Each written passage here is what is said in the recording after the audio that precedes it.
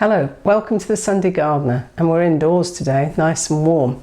We're just coming into early winter, late November, about to go into December. And one of the things we're going to look at is overwintering your seeds. We know about overwintering plants, but we also need to keep our seeds well over winter so that they're viable in the spring when we come to sow them. Nothing worse than sowing seeds and have the whole lot fail to germinate. The enemy of seeds, that which will cause them to degrade and not be viable for germination next year, is dampness or moisture. So the first thing is bring them inside where it's dry.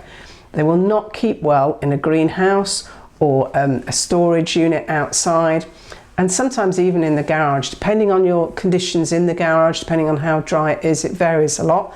Some modern garages can be really quite dry, others not.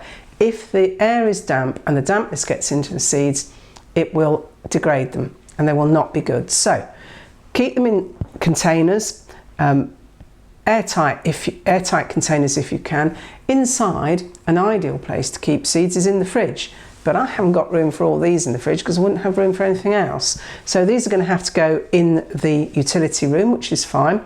An added precaution against damp and moisture is to add something that will absorb the moisture. So here we have some rice. I'm not going to cook with it on this occasion. I'm going to add it into my seed containers so that it helps to keep the moisture at bay. The other thing you can do to keep the seeds dry is you might get in handbags, shoes, those little bags of silica that they put in. They're also very good for absorbing moisture, and you can add those.